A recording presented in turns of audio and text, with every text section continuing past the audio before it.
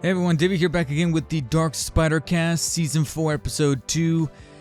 Gotta be honest, no real fancy intro. I know I had a lot built up for last week's because it was the first week back after taking the week off, starting a new season, starting the podcast off on the right note for the YouTube channel, kind of getting the introductions kind of out of the way. But since all that housekeeping has been done, there's really not terribly much else to really talk about in these intro portions except to say welcome. Thank you guys for joining the DarkspiderCast. We do, however, have a good onslaught of stories this week to really talk about, as well as a rather beefy what I've been playing segment. So before we get to those things, how you guys doing? This is your host David. Not much in the way of really large developments have happened since last week's episode, to be quite honest. I'm still trying to get a handle on this new microphone. That's also another reason why last week's episode was a little bit on the quote-unquote late side, because even though I was trying my absolute best to hit it right before the weekend, but it was primarily because I'm still learning on how to apply the right compressor, how to apply the right effects, equalization, etc., just to get the sound to be just right. Because I remember not too long ago, somebody that I'm subscribed to over on YouTube, Podcastage. Some of you may know him, especially if you are huge fans of audio when it comes to like recording audio, reproducing audio, but most importantly, recording audio as far as like microphones and, different condenser and dynamic microphones, different variations, how to get sound just right. He's one of the better ones out there. I highly recommend checking him out on YouTube, Podcastage. When I was researching for new upgraded microphones, such as the Shure MV7, which is what I'm using right now, I would refer to his reviews. And refer to also others from the competition, such as the famous SM7B, or at one point I was thinking about getting the Samsung Q9 II, etc., etc. So I remember most recently he did a video about post-processing and how it's basically not about making the sound boomier, more bass-driven, more bombastic or more radio-like, but just making it clear for the audience. So essentially, I'm still trying to hit that sweet spot where it does sound a bit more professional. It does sound like something that you would like to hear on the radio, but the reason why it sounds good on the radio is not so much because it sounds like a radio kind of delivery, but rather just it's clear. It's clear. You can listen to it. It feels just fine. It feels great. And so because of that, I'm still kind of learning the ropes of how to get that fine tune so that it doesn't sound so bassy, but also doesn't sound so muffled. I noticed that a couple of times when I put it through Vegas Pro, and I kind of output it as a new MP3 file through there, but I apply, a noise gator. I don't know why. My apologies. I'm so sorry about that. I don't know why I got a sudden yawn attack like that. But basically, when I put a noise gate, a noise gate, it just does something to the audio where it just sounds kind of swish-swashy, if that makes any kind of sense. It doesn't sound as clear, as crisp as it does on Audacity. So every so often, I'm also, kind of thought about swapping out softwares and things like that. But still trying to learn the ropes, and hopefully this sound comes across fairly well. But like I said, guys, I do have a really beefy segment of what I've been playing, because we got two full final thoughts on two particular games, one of which I touched base on last week, and then another that I never talked about, but frankly, I've already beaten. So because of that, it's like, well, I managed to squeeze it in. Gonna give my full-on first and final impressions of the game, and then we're also gonna talk about the full PlayStation Plus reveal list of the games for the new tier list, or the tier services, which is, I believe, Essential, Extra, and Premium. Google has announced a new set of phones, and this could be potentially my fine placement or my fine time to finally upgrade, because I still have a much older phone. So let's go ahead and take a look and see what Google has in store, not just for their new phone lines, but also in other pieces of technology that they got up their sleeve, or specifically around their wrist.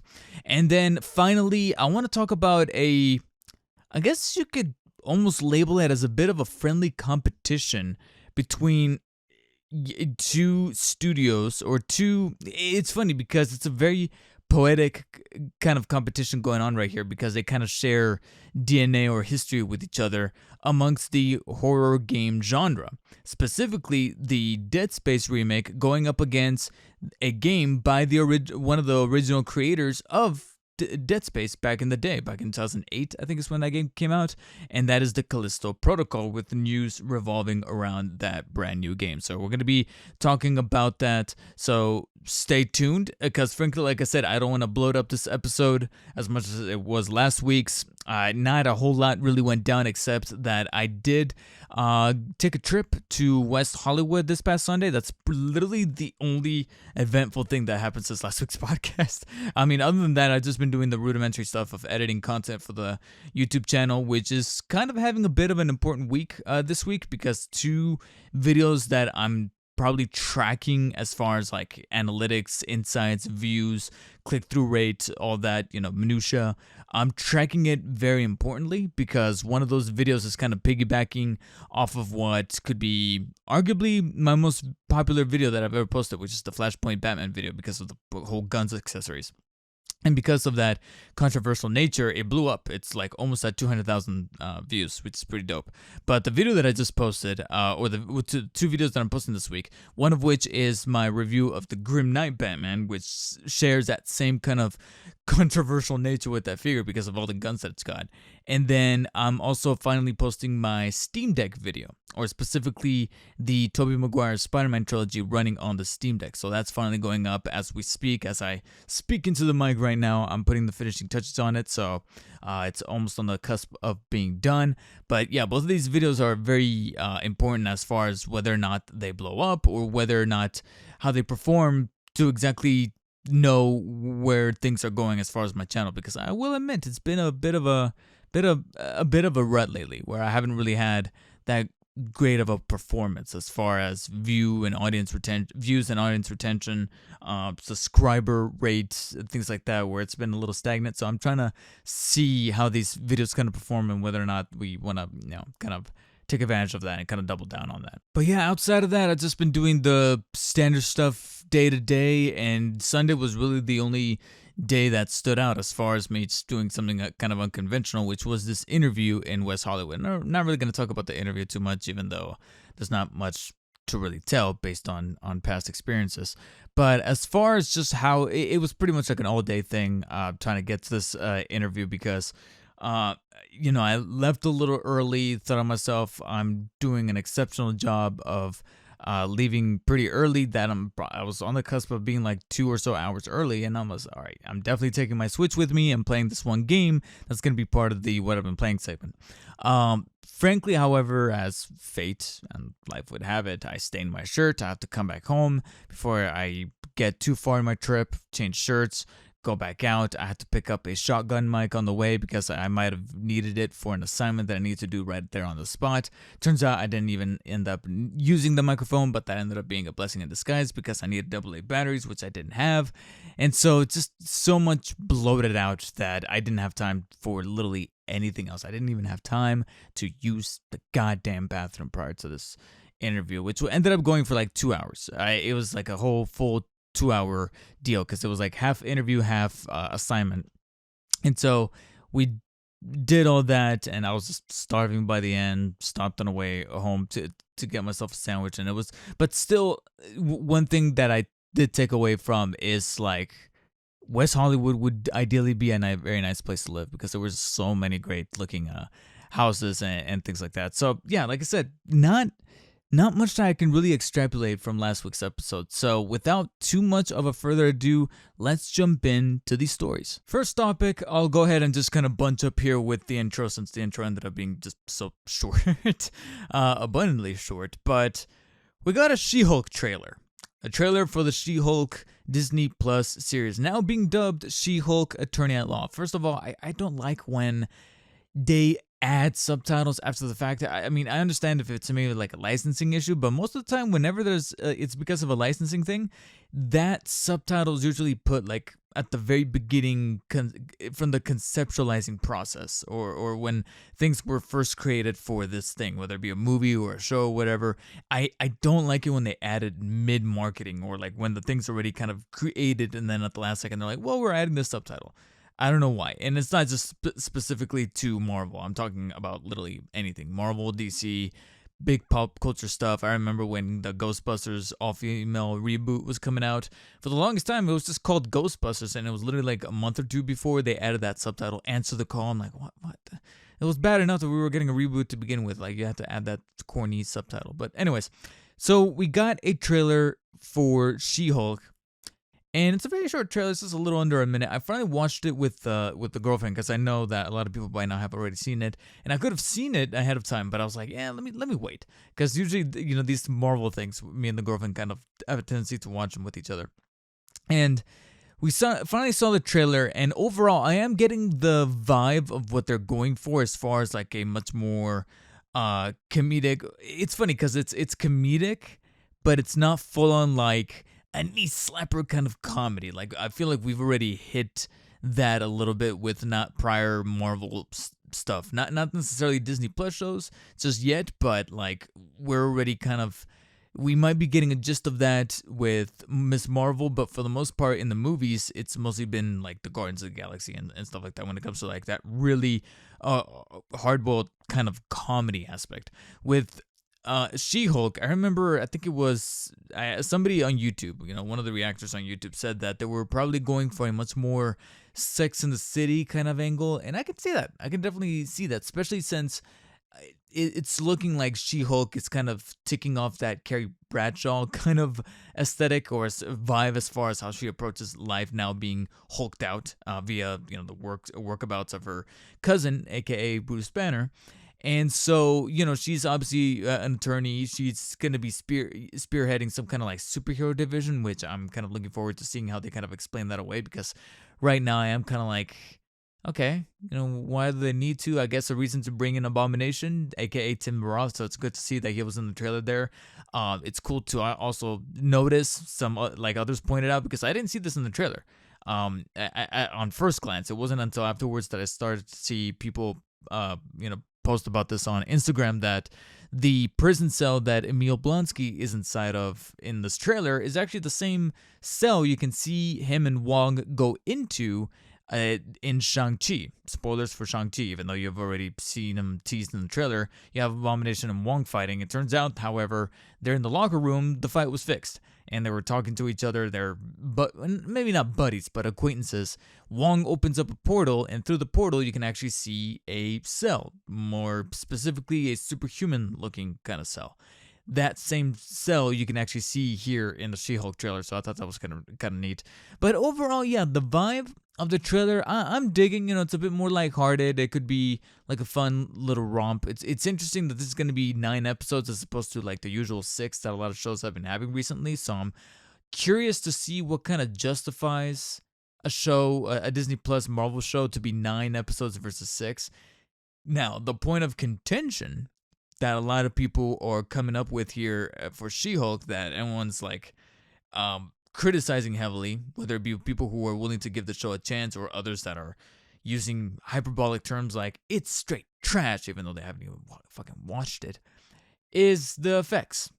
And I think everybody objectively agrees the effects don't look all that great. It's funny because there's some shots where I'm like, that doesn't look too bad, but there's one in particular where it's just a very quick shot of her walking in a suit, in her like lawyer suit in broad daylight. It's a very quick shot where like she's walking through the front of a building, and that coupled with also a lot of these other shots where she's posing, like one where she's wearing like this blue sundress, and then another one where she's wearing like this really glowy champagne looking kind of dress. She's like at a premiere of something, I don't know. Those are the shots where I'm like, yeah, the face and the hair look a little disconnected. I saw someone being a little mean, but at the same time not necessarily unjustified, of people comparing it to The Rock from the end of The Mummy Returns, where The Rock has a Scorpion King, where he's got the floaty head and he's got the weird facial expressions. Yeah, it's not as bad, but I can kind of see that right there.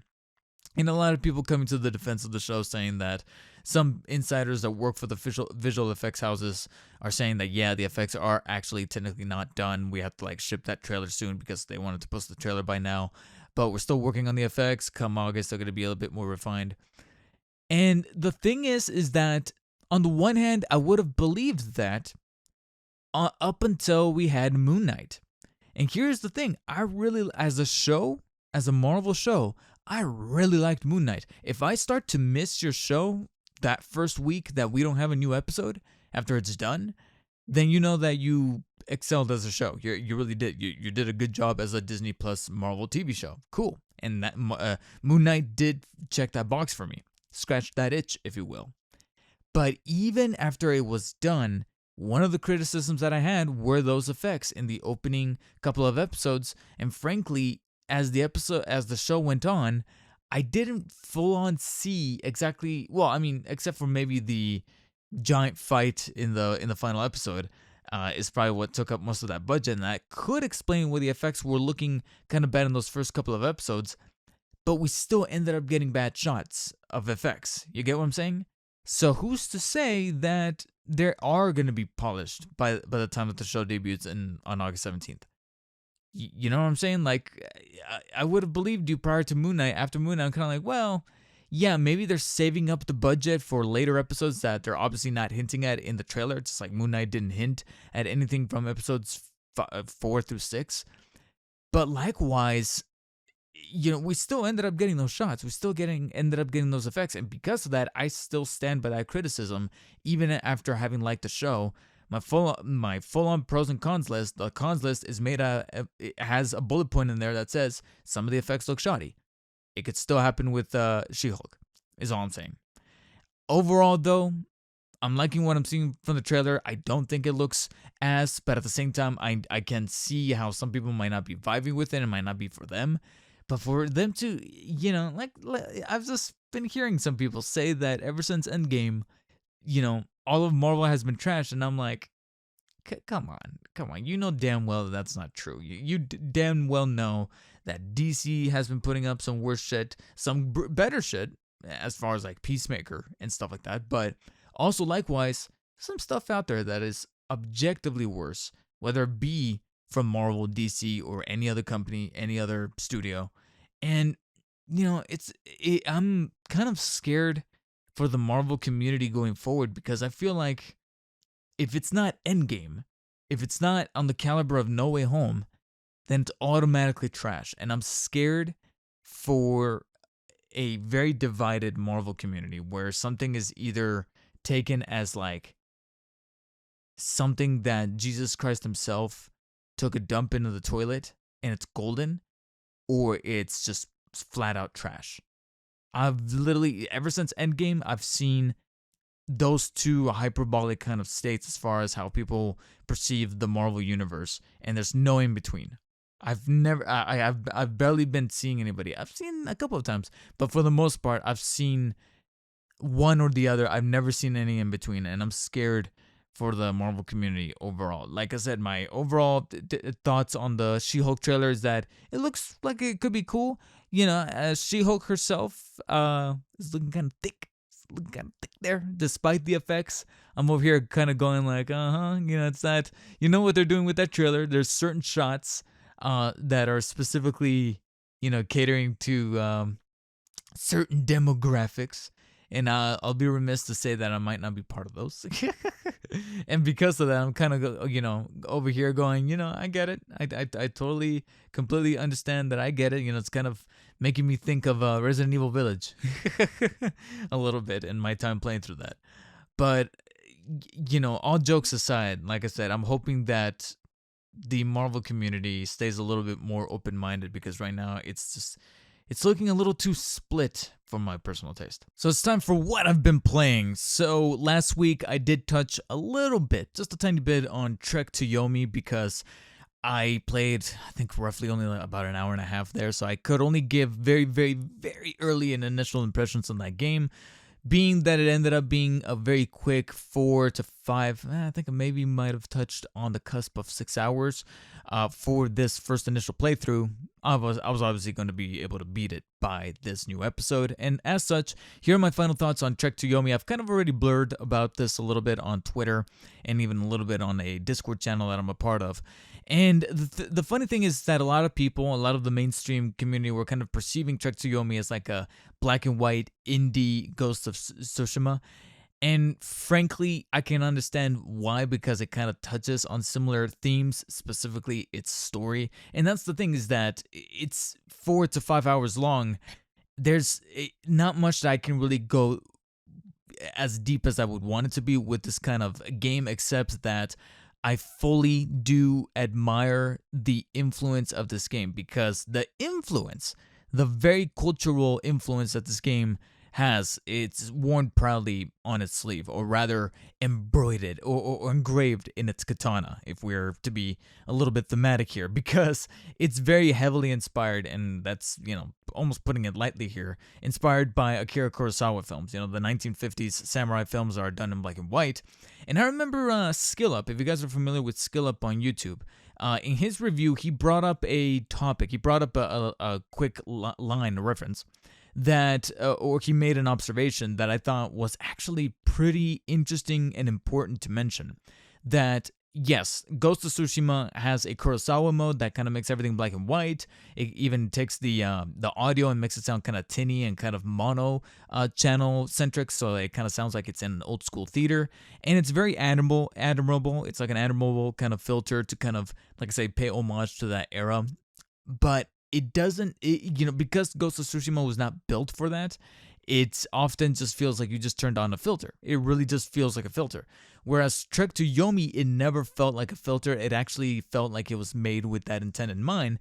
And it turns out through Skillup's review, I learned that yes, every asset in Trek to Yomi is made in black and white. It's made in grayscale. There was never any color to begin with in this game, and you could see that coming through with the cinematography and the art direction and the lighting. Like, everything just feels so hauntingly arresting as far as the black and white aesthetic, the filter with the little film grain and the little hairs that appear amongst the cells, almost to make it seem like it's being projected. The only thing that was a little, I don't want to say weird, but didn't take the page from that Ghost of Tsushima bulk of the Kurosawa filter is the audio. The audio is just completely normal. Like, it's stereo, it's dynamic, it's made like it was made in 2022. You know what I'm saying? So I found that was kind of interesting, that Ghost of Tsushima actually intentionally made the audio worse to make it sound like it was of that time, and Trek to Yomi didn't. Outside of that, though, like I said, it's that aesthetic and the attention to detail to pay homage to that time period of the Kurosawa films that is very admirable. Sometimes even to a fault, because the cinematography and even the virtual camera work here, when you are going through the game and you're watching the cutscenes, but also going through the gameplay, they really do frame shots to make it look like it's part of that era, to make it seem like it's part of those movies. But sometimes it doesn't work out all too well, because in cutscenes it totally makes sense. In gameplay, Trek to Yomi is meant to be a 2D side scroller, or 2.5D, where you go either from left to right, or right to left, or sometimes even from foreground to background, depending on where you are in the game. There's two kind of pillars to the gameplay. You either have a segment of the game where you're kind of just walking around and exploring the area, or you're going up against enemies. I don't know if this is considered a spoiler, but let's just say that if your character, Hakiro, I think was his name, I might be butchering that, but your character, if his hands are relaxed, you are in the segment that you can just walk around and explore. If his hand is on his hilt of his katana at the ready, then that means you're about to face some enemies, and you're not going to be able to explore. You're kind of on a rails segment that goes either from left to right or right to left. The areas where you get to explore, often the camera kind of tracks with you or dollies with you, so it kind of moves around and becomes a bit more malleable. But when it comes to the segments that you're going up against enemies, the camera either just moves left to right or right to left and kind of tracks on you, or sometimes it stays static and you just see your character go from right to left in a side-scrolling kind of way. However, because the camera is sometimes a little far back to kind of give you like this establishing wide-angle cinematic shot with the lighting and the cinematography and, like I said, the black and white aesthetic, sometimes your character is just a little too small in the frame that it really is very hard to kind of pick out your character from the rest of the background, and that actually ended up resulting in a couple of deaths here and there. It also doesn't help that the gameplay starts off kind of cool when you get because it's meant to be very katana based, very sword based. But it's also supposed to kind of teach you the ways of the samurai, essentially, through the gameplay, as far as like patience, getting your timing right, getting your parries right, learning to observe your enemy's patterns, and kind of taking advantage of that window of opportunity to strike. It's just that, I don't know what it is, but as the game went on, it starts off feeling really, really cool, and as it progresses and you explore more areas that you're allowed to explore in, you gain upgrades to either get more stamina so you can pull off better combos, pull off better sword attacks, increase your health so that you're able to withstand more damage, and even better, come across some upgrades to unlock different combos, like press XX and then Y to deliver 2 light attacks and then a heavy attack in succession, or be able to parry, have a wider window of a parry, etc. As it went on, 2 flaws became prevalent. One was that enemy variety was not changing up too much. There were a couple of different variations of the stock enemy where one is able to take more damage, another one was quicker, one was able to disappear and reappear amongst the battle area. But there strikes a moment that it stops introducing these new enemies, and all the game really does is just throw more of those enemies at you. Oh, you fought 3 of these, well, now you're going to have to fight 6. But I'm like, well, I'm just kind of, doing the combos, and I saw a lot of other reviewers saying that it got old faster than it had a right to do. And I kind of agree. Like, it wasn't tedious, but it wasn't doing the innovative stuff that it was doing at the beginning, like very, very quickly. The game, and it's sad to say, considering that the game is short. It's meant to be somewhere between 4 and 6 hours, and by hour, some people would go as far as to say the first hour, the first 2 hours. I'll go a little further out and say maybe past hour 3 is really where I started to feel a little bit of the repetition. It also doesn't help that after a while I started to have more. I understand that my controller might be a little bit on the older side. We're coming up on like almost 2 years of the controller that I'm using for the Series X, and it even has a joystick that is in and of itself drifting somewhat, which means I'm probably gonna have to wait off playing it on Elden Ring until I get a brand new controller, because there's no way I'm playing Elden Ring with a drifting controller. But a handful of times I found myself cursing at the screen going, I blocked that, or I parried that, or I moved out of the way. Why did I still get hit there? And then a couple of other times I try to pull off a combo, but the AI gets a little spammy with either the dodging or the guarding, that I'm like, okay, well then what's the point of whatever it is that I'm doing here, trying to be all clever? Instead, I just mashed the X button. Sometimes mashing was the only way to get through. I would try to be creative with my combos, but the enemy would just dodge them every time. But when I would spam the X button and do something monotonous, oh, enemy's done like 3 hits. I was like, this is kind of backwards, really. The only enemy variety that I was okay, that made me go, okay, this is creative, this is fun, this is cool, is some of the boss fights. One in particular that actually did remind me of Elden Ring, not because of the challenge, but just because of the character design. There's a character design in here where I was like, yo, Radon? Is this the Japanese the feudal Japanese version of Radon? It's pretty cool. So it's definitely a very flawed game. But likewise, it's also a very respectable game that, yes, it's very easy to see it being an indie Ghost of Tsushima, but being that it's free on Game Pass, if you happen to be a Game Pass owner like I am, and being that it's so short, I would say if you have a free weekend, definitely play it. It's going for $20 if you do buy it at retail, whether it be for Xbox or PlayStation, because it is available on PlayStation, I think maybe PC. 20 might be a little steep. I would say maybe wait on a sale where it's half off to like 10. 10 would be perfect for something like this. Even 20, I would say, is still a little bit on the steeper side. So either wait for a half off sale, or if you do happen to be in the market for pulling the trigger on Game Pass, if you're an Xbox owner, then this is definitely one of the games I would say, if you're trying to get as many 2022 releases under your belt as soon as possible, definitely check out Trek to Yomi by that circumstance. And then I played Kirby and the Forgotten Land as a 30-year-old. But in my defense, the reason why I played it is because Gamefly was offering that offer. Offering that offer. Wow, I just said that. But basically, they sent me that offer where they were like, hey, we miss you. do you want to start up your a month for $1? You get to check out 2 games. I'm like, for $1? Try to squeeze 2 games out as quickly as possible, maybe even a third. But by that point, all right. And I figured, you know what, 2 games perfectly fit that template of like games that I want to play, but I really don't want to buy, especially at the full $60. Kirby in the Forgotten Land and Ghostwire Tokyo. So I played Kirby, and they're both also pretty, I don't want to say short games, but like they're short enough. And right now I'm obviously in between jobs and I got the time that I'm like, you know what, I can probably most definitely squeeze these games out for like 2 or so weekish worth of time. So I was like, all right, you know what, I can do it. So Kirby in the Forgotten Land was the first one. And here's the thing, that's how short it is, and that's how much time I had. I started it late last week. Well, I wasn't even late last week. It was like over the weekend, right after uploading last week's episode.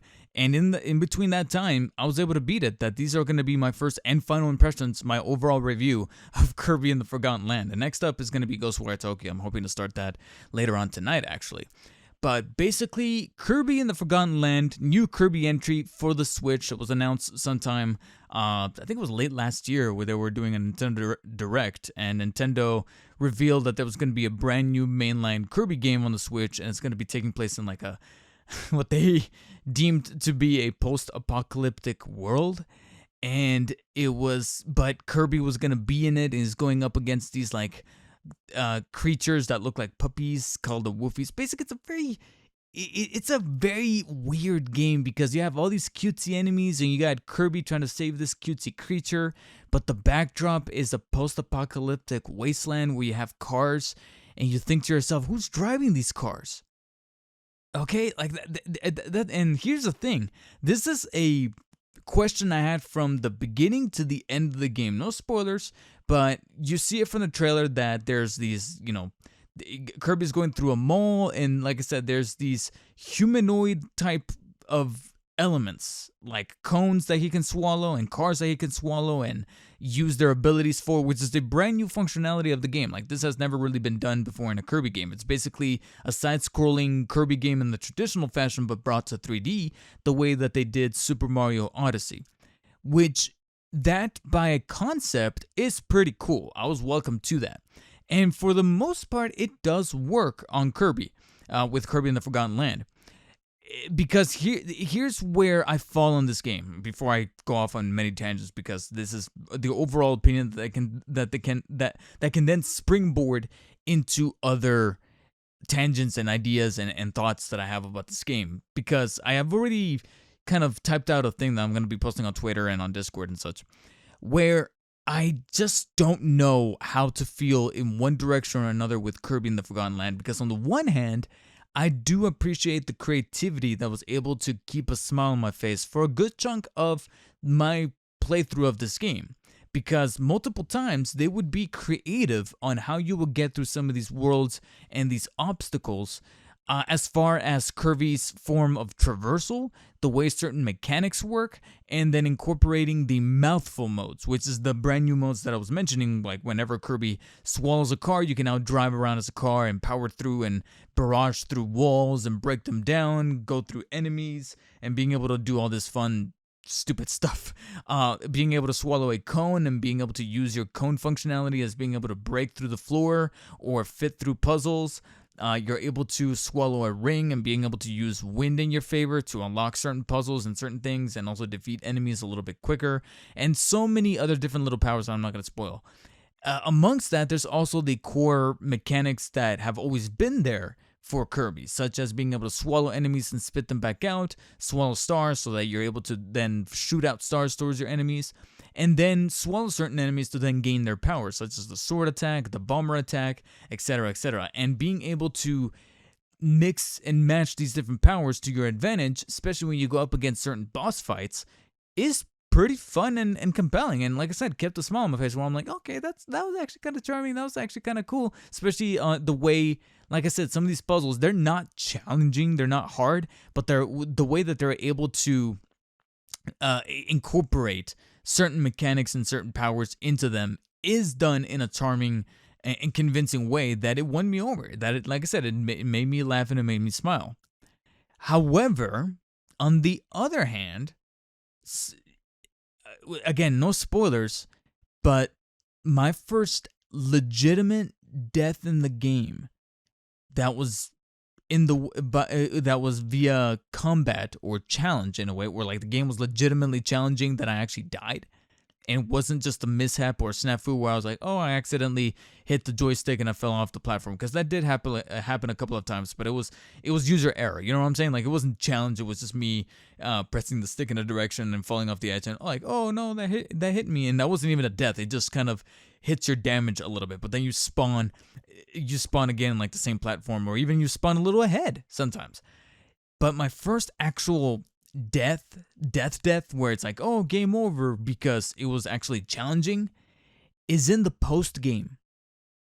Okay, I went through this game and I rolled credits without actually dying via, like I said, a challenge or a legit game over at all. That should have been it's moments like this that make me wish that Nintendo had some kind of like trophy system or achievement system to actually give it to me and be like, hey, complete the game without getting a game over, because I would have fucking nailed that. I got credits without dying a single time in that manner. It wasn't until the post game, after you roll credits, there's a post game kind of end game segment that I didn't really like. I wanted to try out, but I told myself, yeah, I'm not gonna finish this, because there's some really tedious stuff that you have to do in order to actually get to the final ending, the true ending, so to speak. That I'm like, nah, I'm not doing that. Right, that's too much.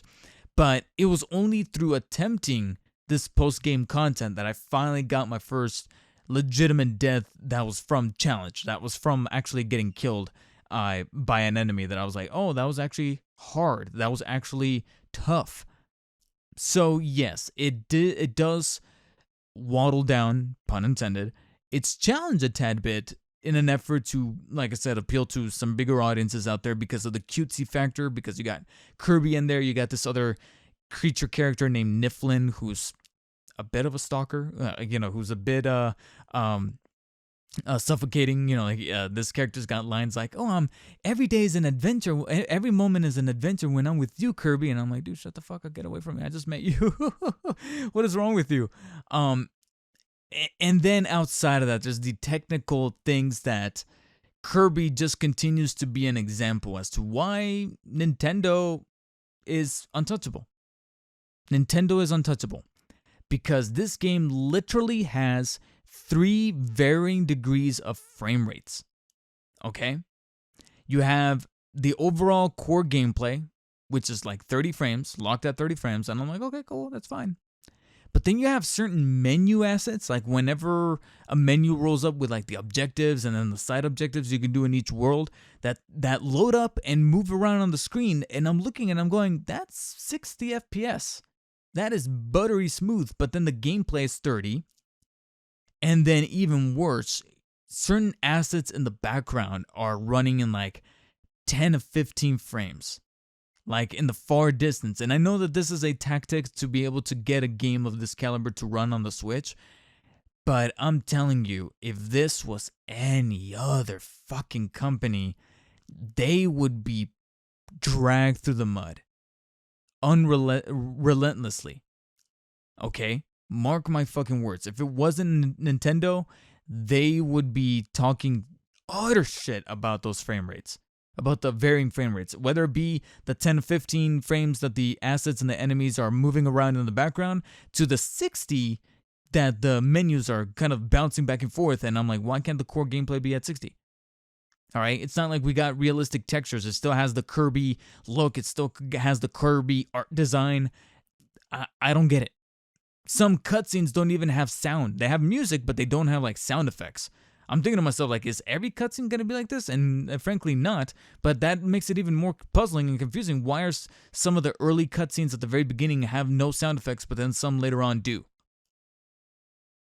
It's funny because I'm more upset about this than I am by how, like I said, crazy the story can get, because there's no explanation as to how, the cars are there, the cones are there, and how this ending pays out. Again, no spoilers, but this is pretty much the Resident Evil of the Kirby games to how crazy the ending goes, where I'm like, yo, this is some Resident Evil type shit as far as how bombastic and over the top it goes there at the end. But I'm having fun with the powers, with the unorthodox nature of it all. But those frame rates, again, it's more about the hypocrisy of this Nintendo community that just gets me just so infuriated. Like, so many Nintendo ambassadors, people who are like, oh my god, Kirby, that I'm like, yeah, oh my god, those frame rates. But when another, AAA game has these problems, they will make endless content about, like, wow, look at this game running this way.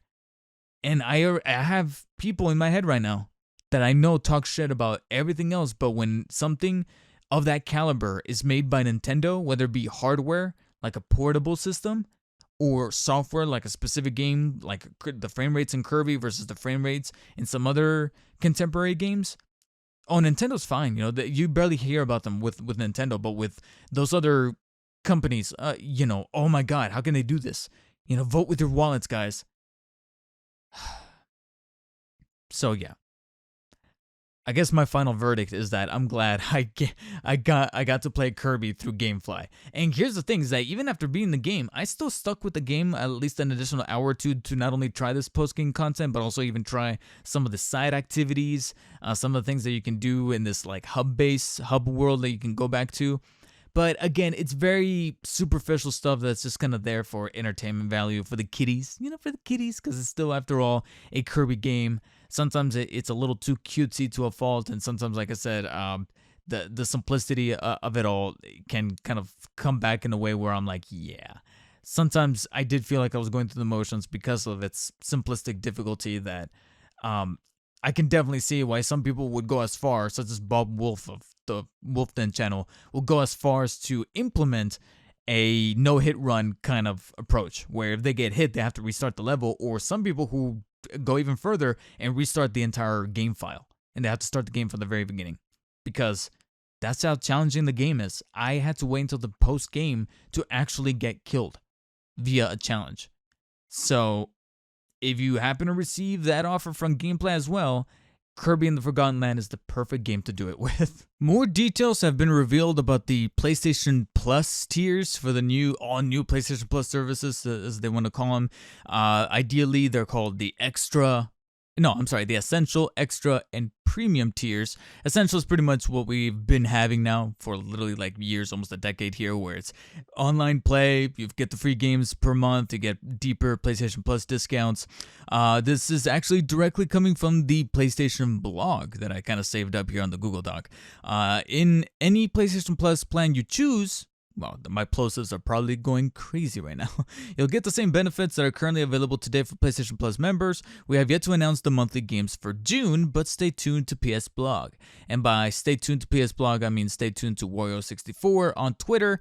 Not a plug, not sponsored, but I mean more often than not, they get some kind of insider and they retweet the leaked PlayStation Plus games for the month, like weeks before, well, at least maybe like I think at most, actually, I should say, about 2 weeks prior to them being officially confirmed by PlayStation. And I want to say like 90 to 95% of the time they are right. So if you want, a slightly earlier taste at that, I would say check out Wario64 amongst others on Twitter, and you'll probably get an inside scoop there first.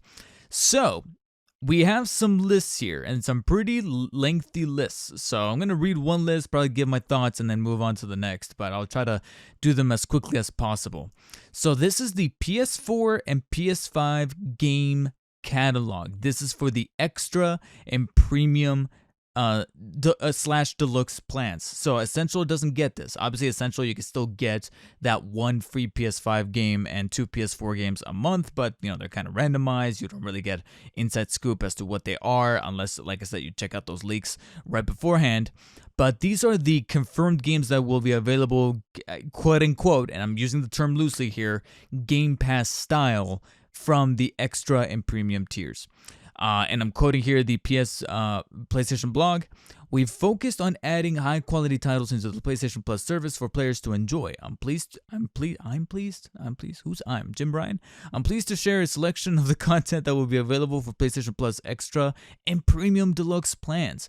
PlayStation.com will be updated with the games list when it launches in your region, so this could be subject to change. The games are Alien Nation, Bloodborne, Concrete Genie, Days Gone, Dead Nation Apocalypse Edition, Death Stranding and Death Stranding Director's Cut. Wow. Demon Souls, and it says Blue Point Games, so this is the remake. Destruction All-Stars, Everybody's Golf, Ghost of Tsushima Director's Cut, God of War, Gravity Rush Remastered and Gravity Rush 2, Horizon Zero Dawn, Infamous Second Son, Infamous First Light, Knack, oh wow, Game of the Year right there, Knack, Little Big Planet 3, Loco Roco Remastered and Loco Roco 2 Remastered, Marvel Spider-Man Miles Morales, Matterfall, Medieval, Patapon Remastered, Patapon 2 Remastered, Resogun, Returnal, Shadow of the Colossus, Tearaway Unfolded, The Last Guardian, Last of Us Remastered, Last of Us Left Behind, Until Dawn, Uncharted, the Nathan Drake Collection, Uncharted 4, A Thief's End, Uncharted, The Lost Legacy, and Wipeout Omega Collection. Now, those are all first-party titles that are coming to this set, or this list. Then we get third-party partners, and we have Ashen, Assassin's Creed Valhalla, Batman Arkham Knight, Celeste, Cities, Skylines, Control Ultimate Edition, Dead Cells, Far Cry 3 Remaster, Far Cry 4, Final Fantasy 15 Royal Edition, For Honor, Hollow Knight, Marvel's Guardians of the Galaxy, Mortal Kombat 11, Naruto Shippuden Ultimate Ninja Storm 4, NBA 2K22, Outer Wilds, Red Dead Redemption 2, Resident Evil, I believe this is that's the remake as well because it's ported onto PS4, Soul Calibur 6, South Park The Fractured Butthole, The Artful Escape, The Crew 2, and Tom Clancy's The Division. So the best way I can characterize this entire list of both first party and third party is that they pretty much took all those games that are like $20 or less at Best Buy in that section and added it to these tier lists. And it's a banger collection if you've never owned a PlayStation 4 or obviously 5, but you've never owned a PlayStation 4 and you were strictly Xbox this entire time. And even some of these third-party games you probably already played through your Xbox. If you've never played a first-party title from PlayStation and you've never owned a PlayStation, this is perfect. Otherwise, if you have been on PlayStation's camp for damn near a decade now, there's like a 80 to 90% chance I'm willing to bet you've already played some of these games. And that's so far for this list. We still got a couple of more lists to go here. But so far, nothing is really standing out to me as like, oh my god, they're adding this crazy. Not so much. I mean, I would probably say the biggest perk out of these lists is for the people that have not played some of these upgrades or some of these like remasters or beefier versions, like the director's cuts of both Ghost of Tsushima and Death Stranding. I would say, okay, that's kind of an ideal perk because even I have not played the expansion, the Iki Island expansion for Ghost of Tsushima, and I haven't even played the original version of Death Stranding. So knowing that it comes with the director's cut, that's got some extra content, I'm like, well, at least that's included in there. You don't have to buy it separately. Other than that, though, I don't really see the biggest of appeals, so to speak. Now, this next list is called the Classic Games Catalog, and essentially it's pretty much the original PlayStation and PSP. There's also a little quick note here from the blog. It says, also, players who have previously purchased the digital version of select games from the original PlayStation and PSP generation will not have to make a separate purchase or sign up to PlayStation Plus to play these titles on PS4 or PS5. So, thankfully, they're not locking or DRMing some of these games behind some kind of paid thing. You legitimately could still play the games even if they're part of this collection. So that's at least kind of good to know. There's no gatekeeping of sorts. The lists aren't that boastful, however. So here is the original PlayStation and PSP, and these are ports. So they're not remasters, they're not revitalizations or cleanups or anything like that. Like, they literally just took the original game and just made it run on whatever system you're planning on playing, whether it be PS4 or PS5. For PlayStation Studios, you got Ape Escape, Hot Shots Golf, IQ, Intelligent Cube. whatever the hell that is, Jumping Flash, Simon, sorry, I'm so sorry, Siphon Filter, and Super Stardust Portable. For third-party partners, you got Mr. Driller, Tekken 2, Worms World Party, and Worms Armageddon. That's pretty much it. That's how you have it.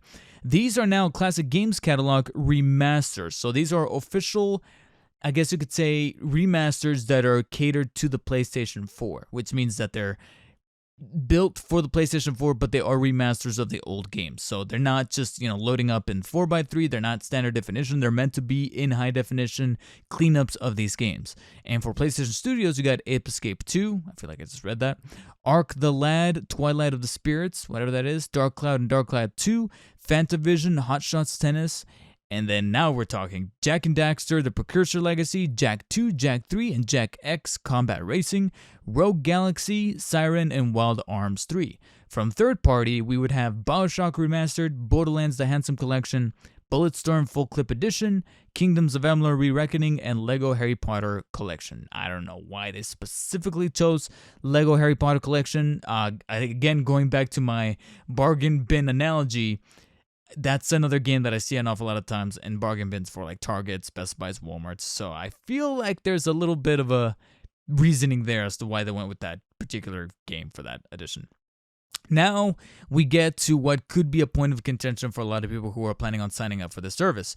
Original PS3 games, parentheses, via streaming. This is only for the PlayStation Plus premium plan, so no extra or essential, specifically for premium, which is the plan that costs you a whopping $120 a year. The new PlayStation Plus will offer PS3 games to stream and play on PS4, PS5, and PC. These are original, non-remastered versions of PS3 games and are available to PlayStation Plus premium members where cloud streaming is available. Here's an early look at the selection of original PS3 games available. Here's an early look at the selection. That's a key word right there, at a selection. At the selection. Like, is this going to expand? Is this just a taste? What is going on? And that's why a lot of people are feeling kind of tiffy here with this announcement of the list, because it might not even be the full list. Why exactly are they holding it back? Why wouldn't you want to just put your cards out on the table? What are you holding back? You know what I'm saying? Like, is the rest of your selection kind of weak? Full transparency goes a long way, PlayStation. But anyways, here are the PS3 games. We're starting off once again with the PlayStation Studios first party stuff. You got Crash Commando. No, not Crash Bandicoot. Crash Commando. Whatever. Demon Souls, the original PS3 version. Echodrome. Hot Shots Golf Out of Bounds. Hot Shots Golf World Invitational. Ico. Infamous. Infamous 2. Infamous Festival of Blood. Loco Roco Kokoreko, that's the name of the game. Motorsport Apocalypse, Motorsport RC, Puppeteer, Rain, Ratchet & Clank Quest for Booty, Ratchet & Clank A Crack in Time, Ratchet & Clank Into the Nexus, Resistance 3, I don't know why 1 and 2 are not in there. I think they're PS2 games, but even then you could have had that trilogy remaster that's on like one disc that they released. Super Stardust HD, Tokyo Jungle, When Vikings Attack. Then again, they were not going for that remaster. They're going for the original PS3s because they want the authentic experience through streaming, right? Even though they don't want to emulate. And then going over for third-party partners, you got Azura's Wrath, Castlevania Lords of Shadow 2, Devil May Cry HD Collection, and Enslaved Odyssey to the West, which I hear is actually pretty good. Fear, Lost Planet 2, Ninja Gaiden Sigma 2, and Red Dead Redemption Undead Nightmare. Again, it gets weird. Undead Nightmare gets on there, but not the original Red Dead. I don't get it. Something's weird. Then again, this is 2K we're talking about. This is 2K. I mean, I'm sorry, not 2K. Take-Two. I get those two confused. Take-Two and Rockstar. And I feel like there might have been like a licensing thing going on right there where I'm just like, okay, that's, I guess, part of the deal. And then we have one final list here, which is a bit of a weird list, but it is what it is. And that's for time-limited game trials. And this is another quote here or description from the blog. This is going to be only for premium members, so no extra or essential once again. The time-limited game trial benefit will enable you to try selected games before you buy. After downloading a trial of the full game, you can play it for 2 hours for most games. I wonder which games don't let you. The playtime counter only counts while you are in the game. What does that mean while you're on the game? Does it count during pauses? Does it count during cutscenes? We might need some of us more nitpickers are going to need some more straightforward answers on that one. It's a great way to try games before you decide to buy, and any trophies and game save data from the trial period will carry forward if you purchase the game. Here are some of the titles that will be part of the time limited game trials. So for first party, you got Uncharted Legacy of Thieves Collection, which is basically 4 and the Lost Legacy. And then Horizon Forbidden West. That's it for first party, those two. For third party, you got Cyberpunk 2077, Farming Simulator 22, Tiny Tina's Wonderlands, and WWE 2K22. PlayStation, I'm telling you right now, especially on the first party stuff, broaden that list. Like, that's going to be my first commentary here. This time trials, I know that they're probably starting it off in kind of like a beta testing sort of way, like they're testing things out here from the get-go, especially when it launches next month. But time trial, there's so many games that I look at and go, yeah, I would very much like a demo for this. I would probably say the biggest culprits of this would be Nintendo, because there's just so many games that I would have liked to have tried in Nintendo's catalog before finally purchasing instead of doing like a blind buy. But PlayStation likewise, and I feel like this list is probably amongst all the lists. Frankly, this is the one that I think needs to get a little broader ASAP, because there's just so many games that I want to try for at least 2 hours before finally pulling the trigger. And then some of these, I'm like, if you be patient enough. I remember not too long ago, swear to God, if you guys don't believe me, you could probably look this up. Cyberpunk was going for $5 at like Best Buy and Amazon.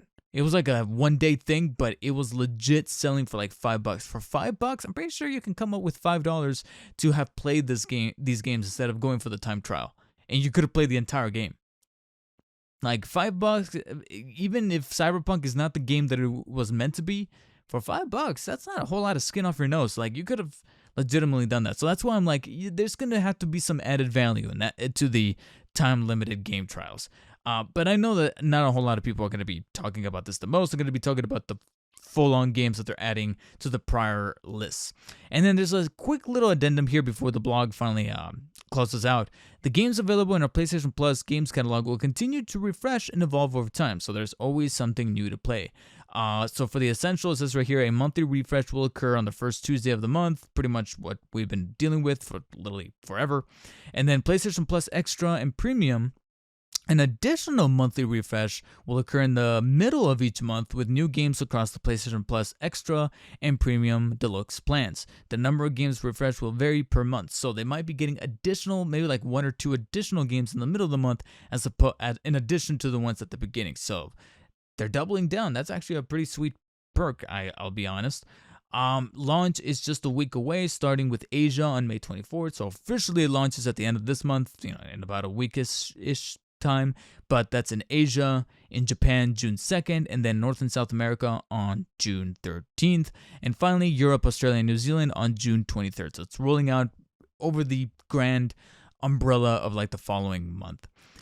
Yeah, like I said, my key takeaway here is that I never liked streaming games, even through Xbox Game Pass with the cloud service. It's fun to like experiment and try out, but at the end of the day, I just do not want to be streaming games, because so many times here in my house, and God forbid whatever house me and the girlfriend move into and whatever service we end up going to, no service is going to be reliable all the time. Spectrum would, which is what I have here in my parents' house, would constantly be like, oh yeah, we're like super reliable and we're super fast. And don't get me wrong, like the actual speeds I get for downloading and uploading are pretty generous. They're not like the super high speed Google Fiber type shit, but they are competent enough to have toyed, for myself here being a Game Pass owner, toyed around with the cloud functionality, and the game runs pretty seamless. You know what also happens, however? Sometimes, not even in the middle of the night, we're talking late in the evening, but not late at night, like we're talking like 10 or 11 in the evening, Spectrum just dies. Swear to God, it just dies out. It just disconnects. We lose the internet. And even my mom is like refreshing her tablet, like, yeah, you lost the internet too, didn't you? We would just full on lose Wi-Fi for no fucking reason. Like, there's no construction going on. They might be messing with like the fuse boxes or whatever, but we can't obviously know that. They didn't send out an alert. They didn't send out some kind of notification. They didn't tell us this in advance. It just goes out for like 2 or 3 hours at a time. If I wanted to play some of these PS3 games, I'm SOL because I can't stream them. They're not on my console. I've never liked that. I barely get games digitally as it is, even when I purchase them and I keep them. I mostly have a tendency to rely on physical. That's barely gonna persuade me to want to go into a streaming kind of mentality with some of these games to begin with. And once again, like I said before, this list, there's some pretty decent games on here. Demon's Souls, the infamous trilogy of the better, no offense to Second Son, but the better infamous games. Good to see a good chunk of Ratchet and Clank games, specifically. I'm looking at the list here. I gotta be honest, I don't think I've played any of these. The Kraken Time, Quest for Booty, and actually, I think I might have played Into the Nexus. Resistance 3, again, it's cool that there's a Resistance game in there, but why not all 3? I think 1 and 2 are, I think 1 is on PlayStation 2. But like I said, there is that collection. I remember at GameStop, I would often see that collection where it's like the 3 games and the first 2 are on one disc and the 3 is on another disc. And they would sell it for like $20 on PS3. And I'm like, why can't you just port that over? But no, they want that authentic PS3 experience. So it's a very, very mixed bag. It really, really is amongst the first party and third party. Third party barely has anything, to be honest. I know there's a community around the Azura's Wrath and Castlevania Lords of Shadow 2. The Devil May Cry collection is always on sale, so you could always purchase that separately, even as a PS4 port. I think I have it on PS4 or PS5 now, technically. And I know a lot of people like Enslaved Odyssey to the West, but similarly, you could just get a port of that on PS4 whenever it's on sale. So I gotta be honest, amongst the 3 tiers, even with this list that was released, if you really want genuine, just like I said at the very top of my of mentioning these lists of games and talking about them and kind of going one by one, my grand takeaway is that if you have been strictly devoted to Xbox and Nintendo this entire time, if you've never owned a PlayStation console, even I would say starting from PS3, maybe you had a PS2, you would play with the PS2, you love it, but somewhere along the way you jumped onto the Xbox, especially when they released the 360, and you've been on Xbox's side ever since, or Nintendo's with the Wii U, God forbid, and eventually Switch, and now you're barely getting a PlayStation, and PlayStation 5 just happens to be your first PlayStation since PS2, then getting the premium service might just be worth it, especially for the PS4 games from both first party and third party, because there's quite a bit of good content there that you probably missed out, specifically first party, not so much third party, but first party, like Bloodborne, the Demon's Souls remake, even Days Gone after the multiple patches that it's gotten, Marvel Spider-Man, Returnal, Infamous, God of War, like we mentioned, yeah. Until Dawn, those are some good games, some good value there that you're getting for $120. It is. Especially within the span of a year, you practically don't really have to buy a game anytime soon. However, outside of that, I don't see an incentive to upgrade. I frankly am probably just going to keep it at Essential for a good while. Because right now, if I do upgrade, it's not even going to be premium. I think it's just going to be the extra tier, just to get some of those classic PSP, PS2, and PS1 games. Because I would say, even though that list is not at the fullest capable expanded sort that it can be, there's at least a little bit of added value there and potential. Once we get into streaming with the PS3 games, like I said, if you've been on PlayStation's camp and you've owned a PlayStation console, 9 times out of 10, you probably already played some of these games. So you would only be revisiting them for nostalgia. Otherwise, again, these PS3 games, no way that I'm streaming because I just don't find that appealing. And the PS4 games, I'm looking through the list and I'm like, yep, play that, play that, play that. Looking at third party, oh yeah, Arkham Knight, play that. Celeste, I played that. Well, I haven't played Hollow Knight, but I do own it on Switch. Some of these games I prefer to play on Switch, and then others, like I said, I've already gotten them down. Outer Wilds, Resident Evil, the remastered Red Dead Redemption 2, South Park, yeah, like all these games I know I already played. There's no incentive. It's a very, very quintessential mixed bag, and because of that, I still feel compelled to say that Game Pass still has the winning strike here. And the winning strike comes in the form of having also, on top of a great selection and library of games amongst their Game Pass selection, both for PC, cloud, and console, with new games added every half month, every 2 weeks or so, you also get day one releases. Despite its delay, I find solace in knowing that Starfield is coming day one. Plague Tale Requiem is coming day one, although we have yet to see any more about that game, and it kind of worries me that that might get delayed as well. But that's coming day one. Redfall's coming day one. Whatever else the studios that recently bought is coming day one to Game Pass. It's like, it's a nut ton of value added on there that PlayStation is adamant to not do. Jim Ryan and all of them have stated that, oh yeah, Ragnarok, God of War Ragnarok, God forbid it comes out this year, it's not coming on this service. You're still going to have to buy it separately if you are loyal to this brand, which means, guess what? When it does come to the services here, it's already going to be, you probably would have already played it if you are dedicated to PlayStation and you're loyal to the PlayStation brand like that and to the God of War franchise. So what's the point? What's the point of upgrading? If you're just going to buy it separately, and if you're going to buy it separately, and if you're a physical enthusiast like myself, you're going to buy it on disc. So why upgrade to the service? There's nothing that's striking that blow like Game Pass is. But that's just my take. Everybody else might have a different one, but right now, as it stands, even with the reveal of this list, it's not swaying me in a direction to put that on $120 or even the $90 for the extra 2 tiers. And frankly, I just feel compelled to keep it at the essential because, frankly, that's all I need. Also, I haven't really done this in a while, but we're finally going to deviate away from the typical movie and gaming news over to some tech, because this is honestly, I'm very tech savvy, and I follow tech news very closely. In fact, the most recent interview that I did this past Sunday that I was talking about that took place in West Hollywood, and I had that trip, it actually involved some of this kind of like tech-related kind of information and subject matter. And one of the things that I kind of name-dropped even during the interview that I think might have helped, but who knows, we'll see in the future, is that Google recently had a Google I/O event.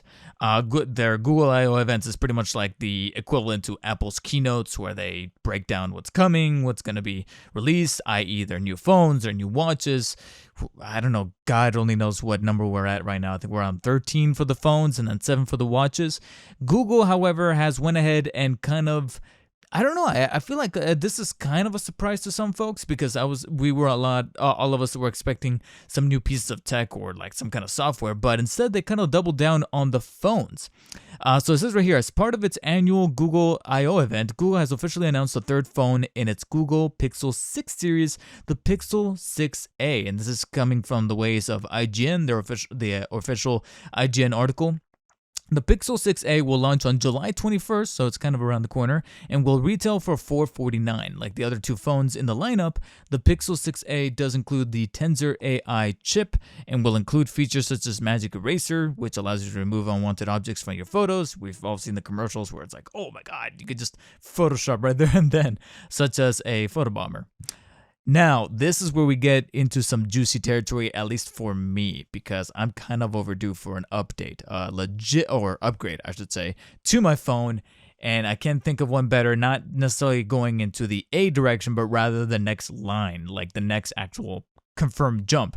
Alongside the announcement of a third phone in the Pixel 6 series, Google also confirmed that it plans to release the Pixel 7 and 7 Pro smartphones this fall. While not a ton of details were shared on the next generation of Pixel smartphones, Google did share a few images of what both devices will look like as seen in the screenshot below. Now, of course, you guys can probably Google search Pixel 7 and 7 Pro. They kind of share similar infrastructure and look to the 6s, except it's less square. It's kind of a little, it's almost like a smoothed out, refined version of the 6 with that bar on the back, but you can blatantly see the cameras. One of the 7 just has like 2 cameras, whereas the 7 Pro has like 3, 2 of them kind of in the same black, sphere or oval, and then one simple little circle onto the right that is probably going to be the telephoto lens, or probably the wide angle lens, and then the other 2 are telephoto and the regular lenses.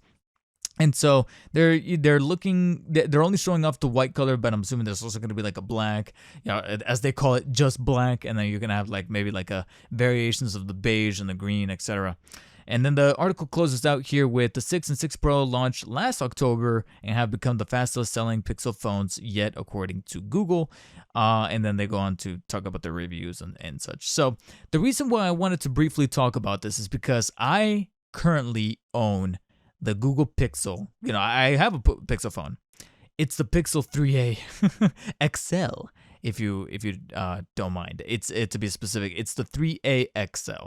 I got it in 2019, and anybody that I tell that to, legitimately and justifiably, kind of winces at me, like, "Oh wow, you got the 3a XL?" Like, oh my god, because we really are at a point where a 3-year gap is legitimately a long ass time to have a phone or a variation of a smartphone, whether it be with Google, with Apple, with Samsung. And yes, quite frankly, I am overdue for an upgrade. Now, I don't rule out the possibility. I am kind of, if I was to believe in any kind of conspiracy theories out there, because I know everybody, has their fair share of ones, whether they be political or existential or whatever. There's one legitimate conspiracy theory that I don't have problems whatsoever buying into, and that is the whole, whenever a new version of a phone comes out, they purposely put out an update to slow down the generation prior, to get you to buy the new one. That's the only conspiracy theory that I can legitimately go, yeah, I can buy that. Like, I can legitimately buy that.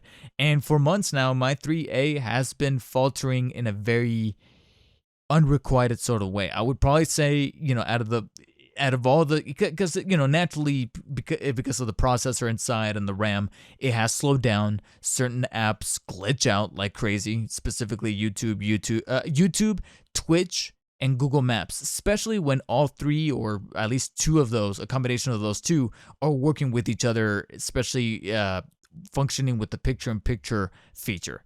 Multiple times I'm watching a YouTube video, but I have Google Maps open, and I either want the map in the corner and YouTube to be blown out, or I want YouTube in the corner with maps blown out when I'm driving, but I'm just listening to a video. I'm not necessarily watching a video, but I'm listening to a video that's like a live stream or a podcast, but it's in video format. But I'm just listening. I'm not really paying attention to the video. I'm just listening because I'm driving. But sometimes it has glitched out either one of the programs. Either Google Maps is not updating and I miss an exit, or the YouTube is blacked out. I can still hear, but in case they do bring up some kind of visual, I'm missing it. So yeah, that's been happening with my phone. I would probably say the other biggest issue that I've been having is the camera has been kind of slow, especially when taking a picture of something that is either on a time limit or I need to take it right away. I've had witnesses, whether it be my girlfriend or one of my friends, be like, "Yo, your phone legit just took 5 seconds to take a photo." And I'm over here like, yeah, I saw it. I need an upgrade. And so it's time. So I'm thinking that maybe not the 6A, but the 7. And of course, because I'm bougie and I like to go big or go home, the 7 Pro is probably going to be finally my time to do it come this fall. And if we're looking at this fall, we're realistically probably looking at October, because they want at least to kind of get a jump at the competition before we start to getting into November and holiday shopping for these brand new phones to start selling big. And yeah, the 7 Pro ideally, because to me, what always allured me to Google is that Pixel camera. It's the night sight, it's the resolution, it's the 4K, it's all that great stuff. I always known that Google really specialized in their lenses and their cameras. And that's one of the reasons why I loved the 3AXL when I got it back in 2019. And it hurts me to see that the camera is now taking forever to take simple little pictures. That pictures aren't even using a high fidelity filter, or they're using night sight, or they're using even portrait mode. It's not blurring out the background or doing anything like that. I'm just taking a regular ass picture here in my room with really great lighting for a thumbnail, and it's taking forever. I have to stay still even longer than usual to get it to actually have the shutter in the phone take the damn picture. And so, yeah, it really is time. I really do see 2022 as finally being, because I'm that type of guy where I'm like, I don't need to get the newest phone every single year. I have a friend who does that, and I'm like, yeah, at that point, you're leasing your phone. You're not even buying it.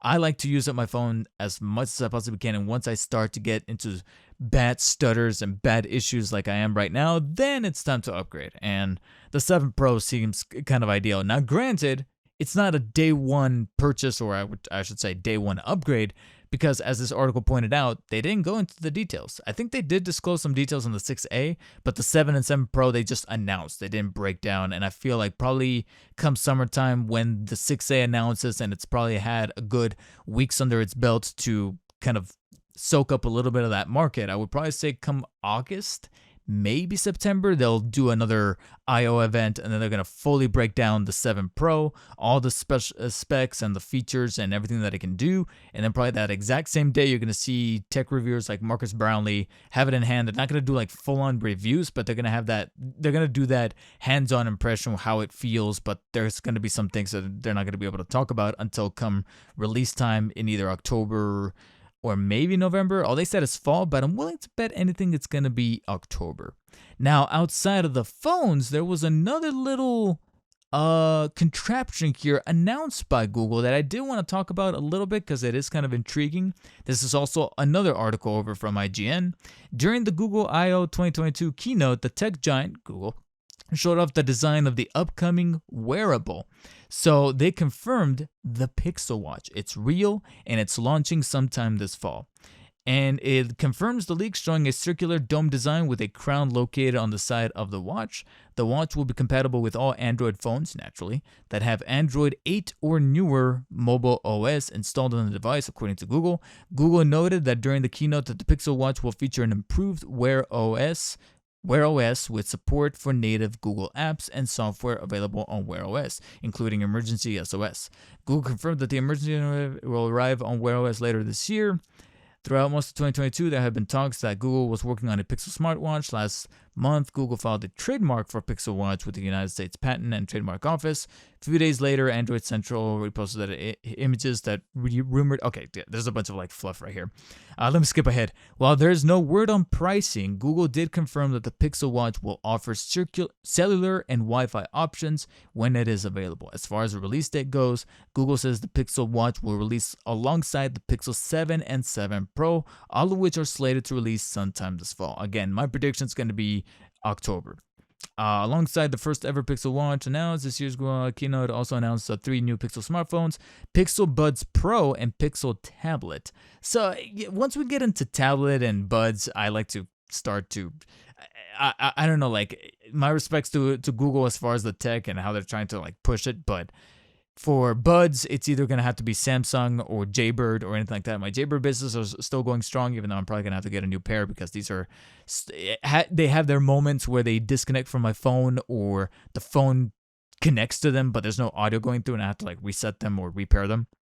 And I have owned them for a couple of years, so they are starting to get up there, you know what I'm saying?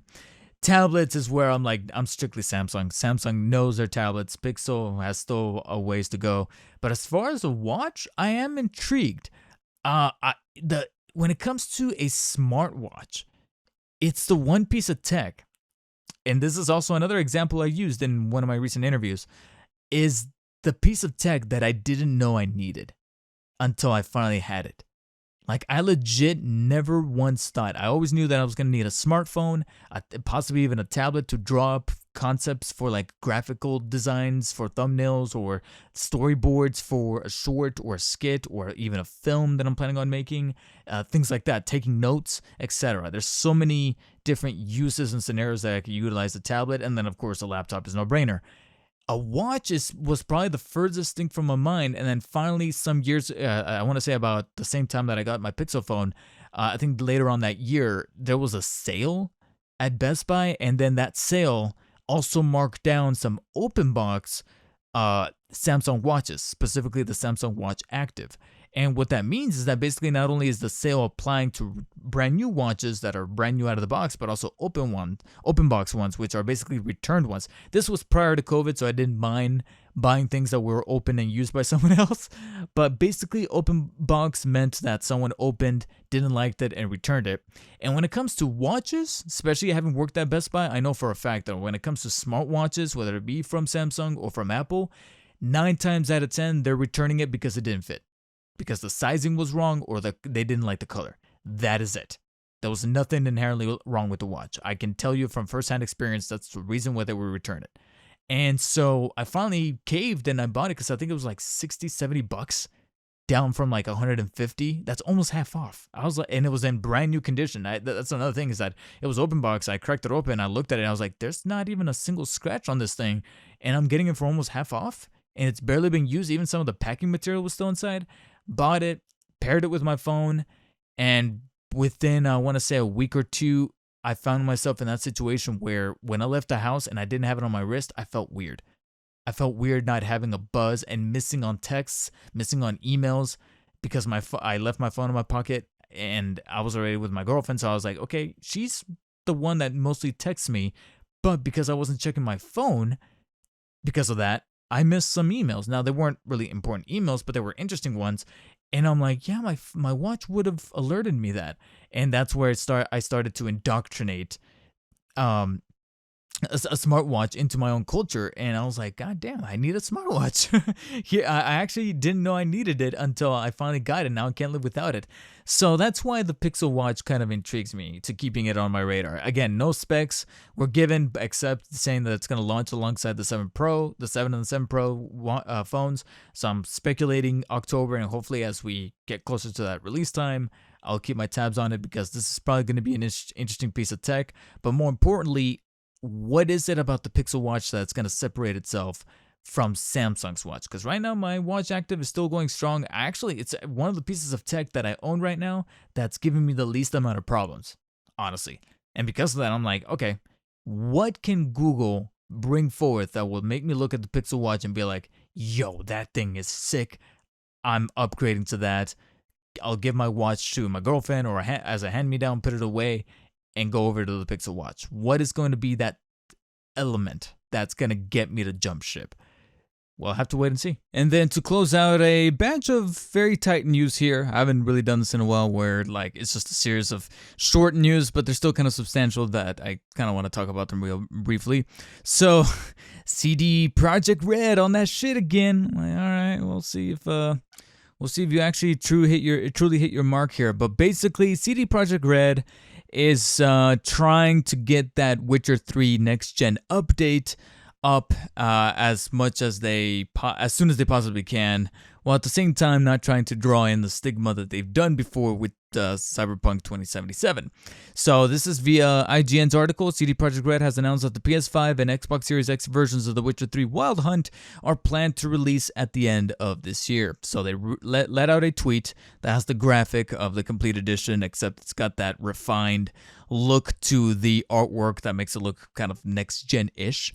And basically, it's a tweet with the caption reading, "Let's make the 7th anniversary even better, shall we? We're delighted to share that the next-gen version of The Witcher 3 Wild Hunt is planned to release in Q4 2022. See you on the path, Witchers." And then it says, pretty much it kind of paraphrases this on the article. Last month, CDPR had to assure fans that the next-gen version of The Witcher 3 was not in development hell after the developer delayed the upgraded version of the celebrated RPG indefinitely. So now they're putting a window back on. There's no set release date, but they're putting the window for Q4, which is, if we're going by the actual calendar year, that would ideally be between October and October and December of 2022. So only time will tell if they hit that mark. I hope so, because as I've mentioned this A couple of times. I have yet to play Witcher 3. I know that that's one of the seminal games that every gamer needs to play, right up there with Skyrim, BioShock, etc. Because it's one of the most celebrated games of all time. But I just haven't played it. Because along with hearing that it's one of the more celebrated games ever, it's also one of the longer games ever. And because of that, I'm like, I need to pick the right moment to play it, the right moment where I could just invest myself, jump in, and just immerse myself into the full world of The Witcher 3. And now knowing that there's ever since I think, I don't even want to say last year, but the year before, around the time that we were getting closer and closer to the release of the PS5 and Series X and Cyberpunk 2077, there were rumblings going around that there was going to be a next-gen Witcher 3, and that's where I was like, I think I will just wait. That wait ended up being almost damn near 2 years long, but here we have another window. Let's hope that CDPR can hit it. It is a little more, I guess you could say, like a little bit more reassuring knowing that they got the Cyberpunk Next Gen update out of the way, so technically they could focus on just this and maybe some of the DLC for Cyberpunk, so the load has been lifted a little lighter, if that makes any kind of sense. So you know what I'm saying? Like, it makes more sense for them to hit a window. Let's just see if they can actually finish it off with a legit date.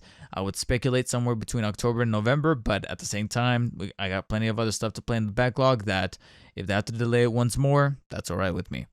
Then we have a news piece here also from IGN. God of War Ragnarok will include more than 60 accessibility features when it arrives on PlayStation 4 and 5 later this year.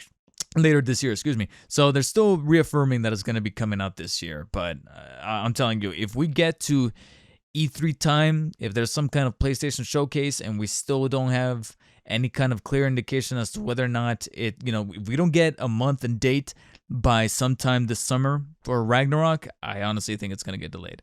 But here we have a list of features. I don't think I'm going to read through all these features, but some of them says right here, added include full controller customization, which players are able to choose from several preset layouts to map their own controllers. That's pretty cool. Complex actions will also come with a preset of list alternative options.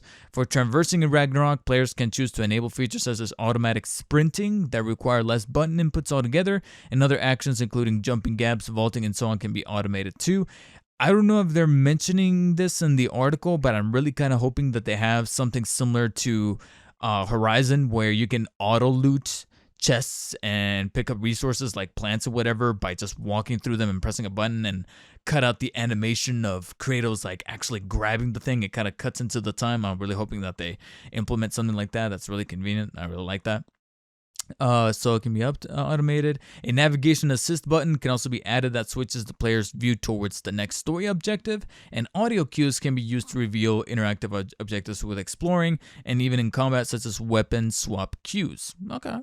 So a lot of things that don't really need to be used for, but it's very it's options. That's the delight of this, is knowing that there's options that cater to everybody's playstyle. And it's funny because I feel like accessibility is a big topic that we started to see very heavily talked about towards the latter half of 2021 and still going strong here in 2022. I just know that it teeters on the controversial side of things whenever it starts to be talked about in relations to difficulty. When it comes to accessibility, as far as like actual functions like color blindness, subtitle text, like right here, there's a passage in the article that says the text itself is also customizable, with players able to mix and match with 7 different colors between speaker names, the subtitle body, and individual sound captions that can also be customized with several options available to represent different sounds. Automatopoeia, if you will. So yeah, it says right here that they're taking a lot of these things into account, especially for people who are probably hard of hearing, hard of seeing. That stuff is all well and good. Like, the more accessibility, especially with the tech that we have available, the better. It's once we get into it actually affecting the difficulty that I'm like, well, me subjectively, purely subjectively, it's not an objective thing. It's not a thing that I look at and go, oh yeah, every developer needs to hit this. Objectively, subjectively is where I was like, yeah, I really wish we can keep it a little bit on the simpler side, as far as like, hey, you got your story mode, your easy, your normal, your hard, and then your very hard, and that's it.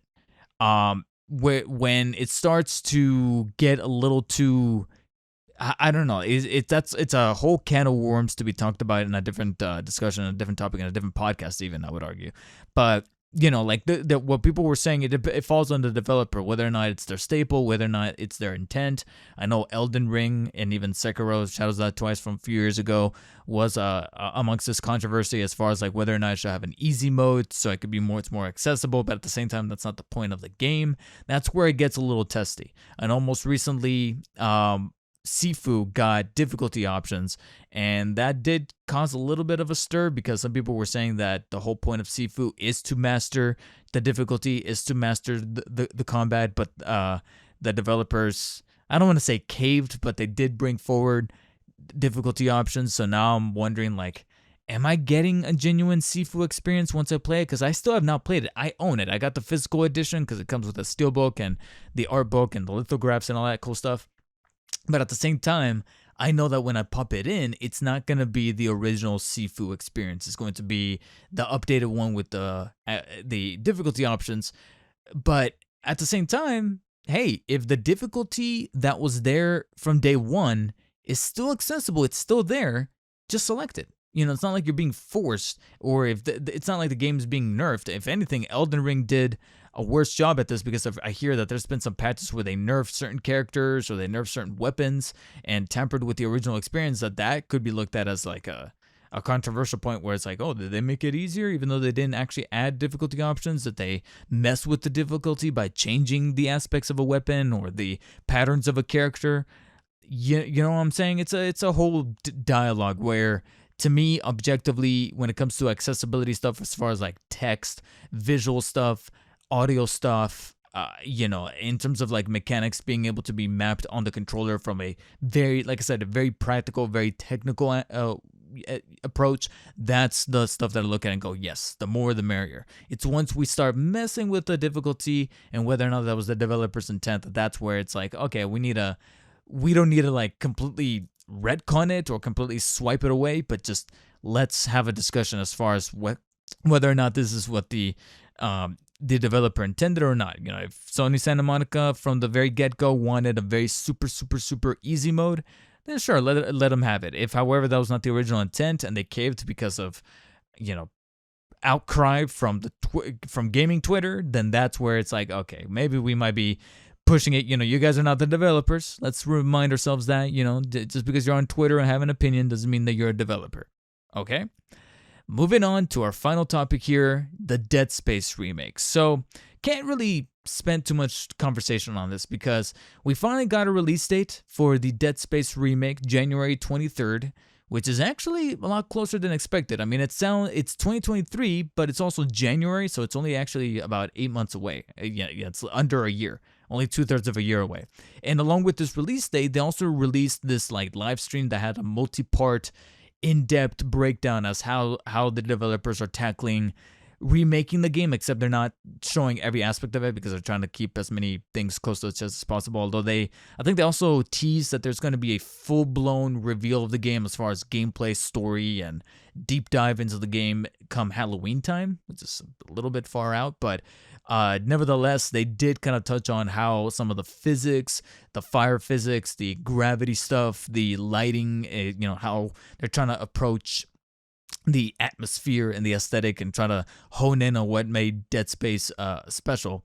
And overall, it's very, very technical. There's an awful lot of developer talk in there that even I was kind of detached a little bit, where I'm like, okay, you guys are talking about voxels and all this other stuff, and I'm like, all right, well, at least from a visual standpoint, I can see what you're kind of aiming for as far as that final result, especially when you get to like the 4th or 5th part of this multi-series video and you finally see all the elements come together and deliver that final atmospheric look to one of the areas that you can explore as Isaac, and you could be like, oh, okay, yeah, I can see how we're going from the original 2008 version to the upgraded version, and how you can use these tools and this new technology to the advantage of delivering a very seminal horror experience. Now, somebody in the comment section did mention something that I was like, okay, that's actually a fair point, where some aspects of the new environments that they were developing for the remake were a little too heavy on the blood splatter all over the place, that it looked a little just teetering on the line of exaggeration. And someone in the comment section said, "Hey, it's not too bad here, but just don't go crazy on the blood later in other areas of the game where it's like all over the walls and all over the floor, that it actually ceases from being terrifying and becomes a little bit more on the comedic side of things. Well, maybe not comedic, but just over the top, that it just kind of disconnects from the atmosphere." And I resonate with that. I'm like, yeah, because I remember there being some areas that were very bloody in as far as like the set dressing in the original Dead Space, but likewise, it was in areas where you can where it made sense, where like, oh, they harvested like multiple eggs, necromorph eggs here, so it makes sense. So there's a bunch of blood because there was a bunch of necromorphs here that probably massacred the entire team. Whereas a hallway where there wasn't that much personnel in, there was very little blood. There was more like etchings on the walls and scratches on the walls and things like that, and that makes sense.